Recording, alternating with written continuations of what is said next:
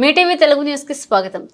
AISF Rajasthan రాష్ట్ర అధ్యక్షులు గగన్ దీప్ సింగ్ హత్యను నిరసిస్తూ ఏఐఎస్ఎఫ్ తెలంగాణ రాష్ట్ర కౌన్సిల్ ఆధ్వర్యంలో ఓయూ ఆర్ట్స్ కళాశాల వద్ద నిరసన కార్యక్రమాన్ని చేపట్టారు.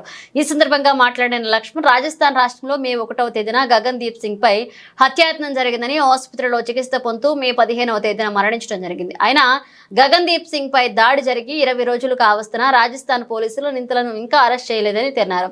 Gagan Deep Singh all India students federation రాష్ట్ర అధ్యక్షుడిగా ఉన్నారు.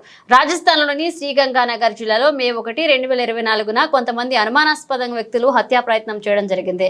ఇక అతని పరిస్థితి విషమంగా ఉండడంతో చికిత్స కోసం జైపూర్ కు మార్చారు. కానీ అతను మళ్లీ స్పృహలోకి రాలేదు. దురదృష్టవశాత్తు 15 మే 2024న జైపూర్ ఆసుపత్రిలో మరణించారు. స్థానిక పోలీసులు ఈ కేసును ఇతర సాక్ష్యాలను తప్పించి ప్రమాదంగా పరిగణించారు. ఈ సంఘటన వెనుక ఫౌల్ ప్లే మరియు కుట్రను సూచిస్తుంది.